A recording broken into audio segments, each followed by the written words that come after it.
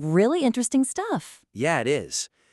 So, a key theme running through this material seems to be the massive scale of the wealth transfer intended for the just to finance worldwide revival. Right, it's a huge, earth-shaking concept.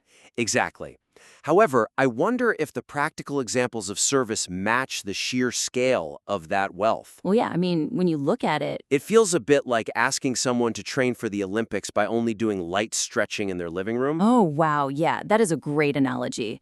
It really captures the tension there. Targeting the concept of active service specifically toward modern entrepreneurs will maximize the impact of the message about the global wealth transfer. Yeah, because right now, the text brilliantly establishes that the ultimate goal of acquired wealth is to fund worldwide spiritual revival. Which is the skyscraper level vision, you know? Completely. But the weakness here is that the examples of service provided, like sweeping the church floor, or giving a pastor a day off, or buying $40 worth of groceries, they just feel disconnected. Disconnected from, like, the high stakes reality of modern wealth creators. Exactly.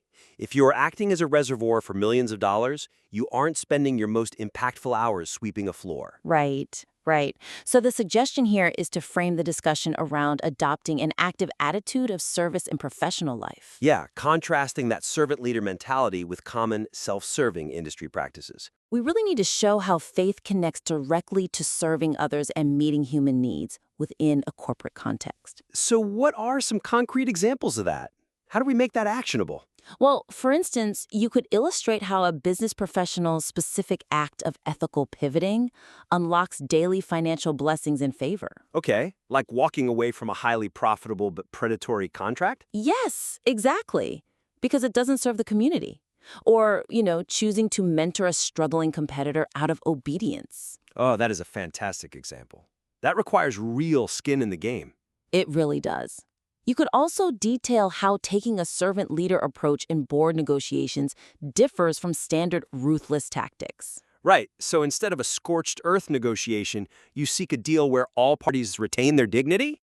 Yeah, exactly. And we should make it clear that these corporate scenarios are just a few out of all possible ways to bridge the gap between spiritual instruction and the professional world. Is there a risk that focusing solely on traditional church-based service might overlook the massive opportunities for servant leadership in the corporate boardroom?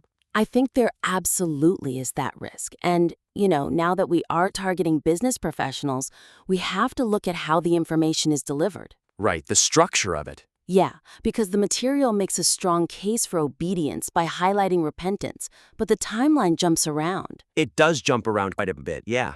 It feels a bit like having all the right ingredients for a Michelin star recipe, but dumping them into the pan in the wrong order. Right, the ingredients are fantastic, but the execution needs some organizing. Organizing the core concepts into a step-by-step narrative arc will clearly illustrate for the reader how to transition from disobedience to divine blessing. That makes a lot of sense. The weakness right now is that the manuscript contains these powerful, actionable mechanics for achieving daily prosperity. Like identifying personal errors and restoring the flow of prosperity? Exactly. And executing quick and quiet obedience. But these steps are scattered non-sequentially across various disconnected anecdotes. Right. Like the author's drag racing youth? Yeah. And then jumping over to the delayed money transfer to Joe in Memphis? It can get a little lost in the weeds for an executive reader. Completely. So the suggestion is to restructure the material to logically guide the reader through a distinct, chronological process of overcoming disobedience and maintaining daily success.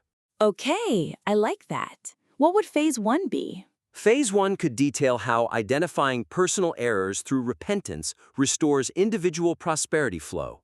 Ah, so that is where you would utilize the boot camp and trial and error concepts. Right, and the drag racing anecdote fits perfectly there. It's the phase of realizing your own methods have failed. That sequences it so much better. And then phase 2? Phase 2 would describe the importance of quick and quiet obedience for maintaining daily success. Ah, using the Memphis Hotel story? Exactly.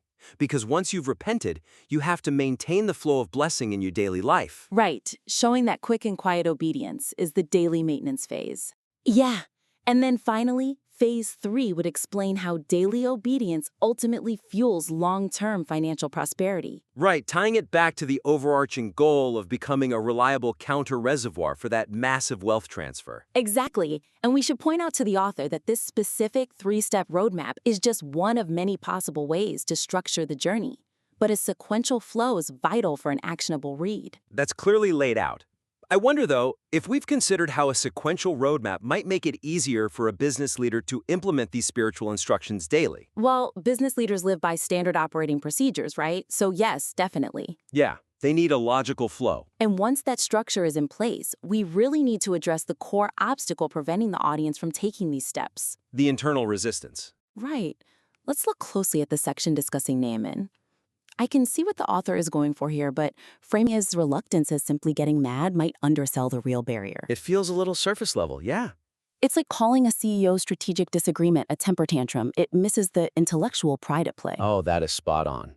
Elevating the psychological analysis of why people struggle to accept divine correction will deeply resonate with successful individuals prone to intellectual pride. Yeah, because the weakness in the material right now is that it uses the story of Naaman the leper to demonstrate disobedience and delayed blessing, but it attributes his hesitation primarily to a preconceived notion, Right. Or just him being angry. which misses a deeper exploration of how ego and conventional wisdom block divine instruction. I mean, Naaman was a highly successful, wealthy guy. Yeah, so the suggestion here is to compare the benefits of following spiritual instructions versus learning through trial and error, specifically outlining strategies to silence ego and embrace necessary correction. So how do we make that concrete for the reader? Well, you highlight Naaman as a captain of industry or a mighty general who struggles with divine correction because the instruction completely defies conventional logic. Right. Washing in a muddy river makes zero sense to a corporate titan. Exactly. Use this narrative to explicitly identify why successful people struggle to accept divine correction. Because their past trial and error success has built an ego that resists simple, illogical spiritual commands. Yes, modern entrepreneurs wear trial and error like a badge of honor. It's the whole fail fast, fail often mentality. Right, so you're asking them to replace the core methodology that made them successful with quick and quiet obedience. Which requires an immense silencing of the ego. Another concrete example could be contrasting Peter's immediate willingness to let down the net with Naaman's initial ego-driven resistance. Oh, that's really good.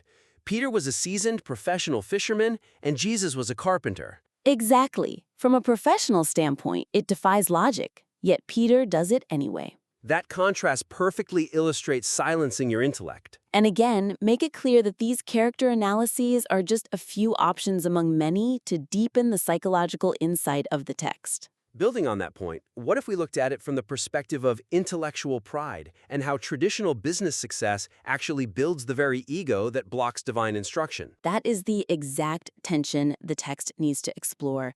It makes the act of quick and quiet obedience a highly strategic imperative. It really does. It's a staggering realization for a reader to have. Well, this has been a deeply insightful critique. Let's recap the main points we've covered today. Sounds good? First, targeting the message to modern entrepreneurs through professional servant leadership. Right. Shifting away from just traditional service examples. Second, restructuring the mechanics of blessing into a step-by-step narrative arc.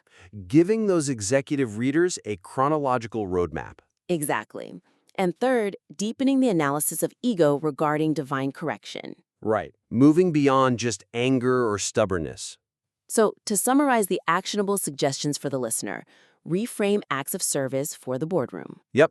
Like the ethical pivot. Organize the anecdotes into a chronological roadmap from repentance to daily prosperity. Phase 1 through Phase 3. And use the Naaman story to specifically tackle the intellectual pride of successful professionals. I think those changes will absolutely elevate this material. We enthusiastically invite the listener to implement these structural and thematic changes and submit their work back in again for more feedback. Yeah, we would love to see how this evolves. Definitely. Thanks for listening, and we'll catch you on the next one.